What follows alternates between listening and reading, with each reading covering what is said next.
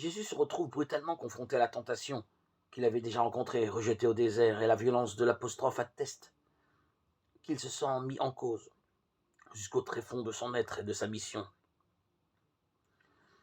Et il dit: arrière de moi, Satan, Matthieu 16, 23. L'attitude de Pierre a certainement évoqué en lui ce combat avec Satan dans lequel il est engagé depuis le baptême,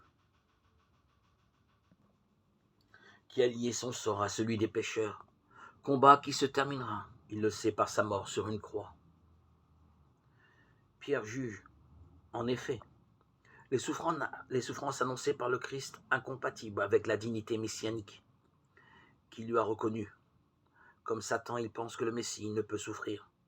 Pas même de la faim, avait dit le tentateur au désert, qu'il doit régner sur Israël en opérant un prodige qui ralliera le peuple autour de lui, qu'il doit dominer les nations païennes, Matthieu 4, 1, 11.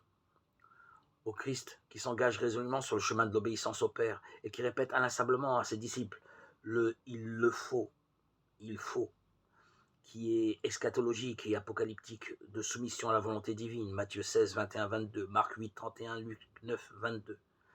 Pierre, tel Satan, propose l'autonomie de la liberté, en d'autres termes, l'émancipation du plan de Dieu. S'affirmant dans son indépendance pécheresse, il récuse la voie d'obéissance du serviteur.